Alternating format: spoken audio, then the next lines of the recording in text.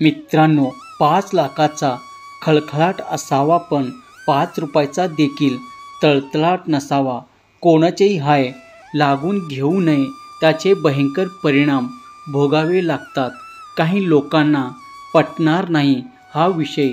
तळतळाट पण ज्यांनी अनेकाचा तळतळाट घेतला आणि त्याचे भोग ते भोगत असतात त्यांना नक्कीच पटेल. अनेक कारणाने त्रास दिलेला असतो, जसे की शारीरिक, मानसिक, आर्थिक, अपमानास्पद वागणूक, कोणाचे मन दुखवले असू शकते, कोणावर अन्याय केलेला असू शकतो, कोणाचेही काही कारण नसताना सामाजिक बदनामी सुद्धा केलेली असते, समोरच्याला नको तेवढा छळ केलेला असतो, कोणाचे हक्काची प्रॉपर्टी फसवणुकीने हडप केलेली असते आणि ते करायचं, शारीरिक दुखापत केलेली असेल, विश्वासघात केलेला असेल, अशा बऱ्याच गोष्टी केलेल्या असतात. त्रासाचे कुठलेही कारण असो, वरील गोष्टीचा समोरच्या व्यक्तीला प्रचंड त्रास झालेला असतो. तो खूप दुःखी होतो, त्याचे मनोबल कमकुवत होत असते. पर्यायाने तो व्यक्ती आपलं मनोबल खचून बसलेला असते, प्रचंड डिप्रेशनमध्ये देखील गेलेला असते. जाणून बुजून त्रास देणाऱ्या व्यक्तीला हे समजत नाही. पर्यायाने ज्या व्यक्तीला त्रास झालेला असतो त्या व्यक्तीकडून चमत्कार होत नाही किंवा देव देखील शाप देत नाही किंवा काठीने देखील मारत नाही, पण त्या दुखावलेल्या व्यक्तीकडून तेजस्वी नकारात्मक ऊर्जा, निगेटिव्ह शक्ती निघते व समोरच्या व्यक्तीमध्ये शोषली जाते. मग समोरच्या व्यक्तीला हाय लागते, त्याला तळतळाट म्हटले जाते. मग ज्यांनी कुणी त्रास दिलेला असतो त्याचे हे कार्य यशस्वी होत नाही, किंबहुना झाले तरी फळ जास्त वेळ टिकत नाही. सतत अपयश येते, घरात आजारपण येते, नको त्या गोष्टी घडतात. अनेक प्रकारचे काही घटना घरामध्ये घडू लागतात.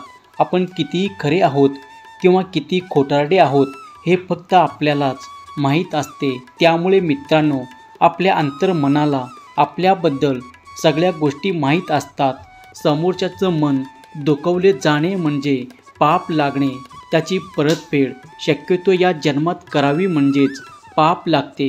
तुम्ही आस्तिक किंवा नास्तिक, चांगल्या वाईट गोष्टीचा हिशोब व्याजासह परत करावा लागतो. ज्या धृतराष्ट्राचे 100 पुत्र युद्धात मारले गेले तेव्हा त्यांनी भगवान श्रीकृष्णाला विचारले की भगवान, असे का व्हावे?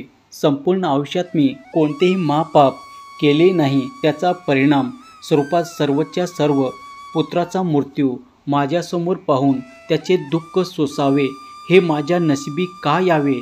तेव्हा भगवान श्रीकृष्ण म्हणतात, धृतराष्ट्र राजाला आपले पूर्वजन्म पाहण्याची दृष्टी देतात.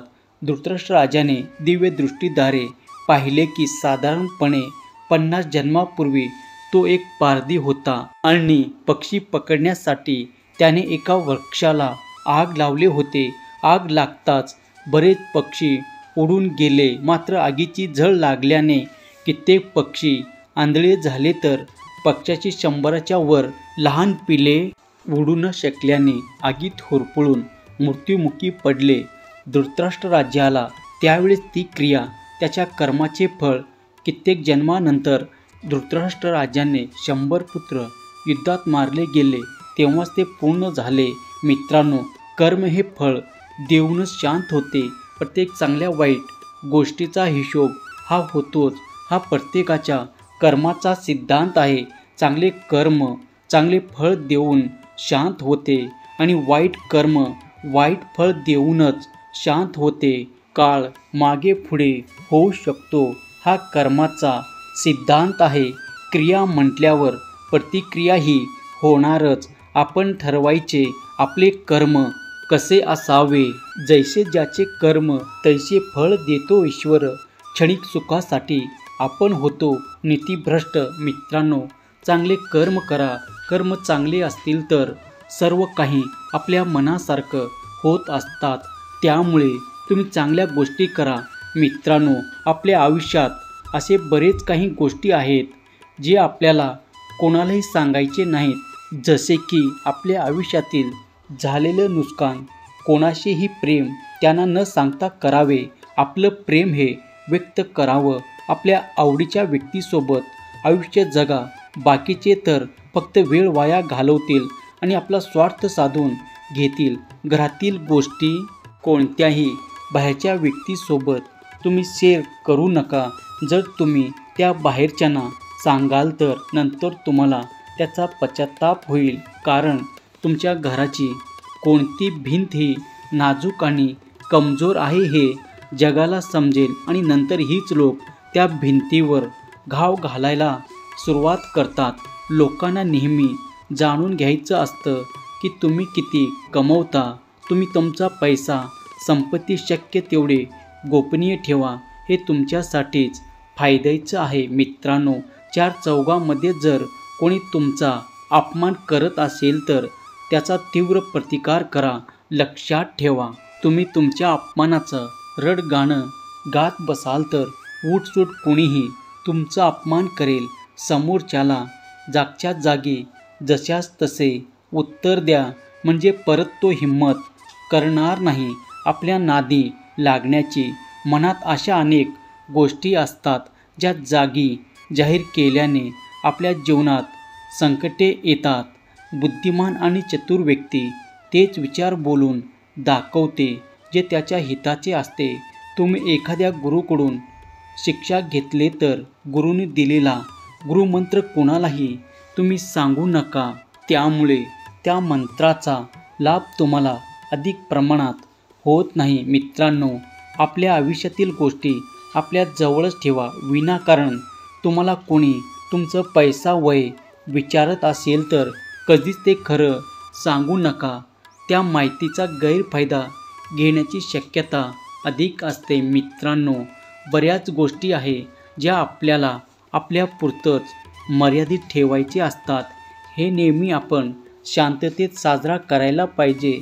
जे काही खरेदी करायचे असेल ते गाजावाजा न करता. मित्रांनो, आयुष्य हे अनमोल आहे, त्यामुळे ते आनंदाने भरभरून जगा. कोणतीही गोष्ट करताना आपण आपल्या मनाचा विचार करावा. लोकांचा विचार करत बसला तर लोक आपल्याला जगूही देणार नाही आणि मरूही देणार नाही. तुम्ही जेवढे भक्ती कराल तेवढे तुमच्या घरात शांतता मिळेल. तुम्ही जेवढे नामस्मरण कराल तेवढे तुम्हाला आध्यात्मिक समाधान मिळेल. निसर्ग काही विशेष संकेत देतो जे मनुष्याच्या भाग्यासाठी खूप चांगले असते. त्यामुळे तुम्ही भगवंतावरती विश्वास ठेवा. भगवंतावरती विश्वास असेल तर व्हिडिओला लाईक करून चॅनलला सबस्क्राईब करा. हा संदेश आपल्या प्रियजनांना शेअर करा आणि राजाधिराज योगीराज असे टाईप देखील करा. मित्रांनो, कितीही झाले तरी आपले आयुष्य हे आपल्या पद्धतीने जगाचे नाही. श्री स्वामी समर्थ. जय जय स्वामी समर्थ. धन्यवाद.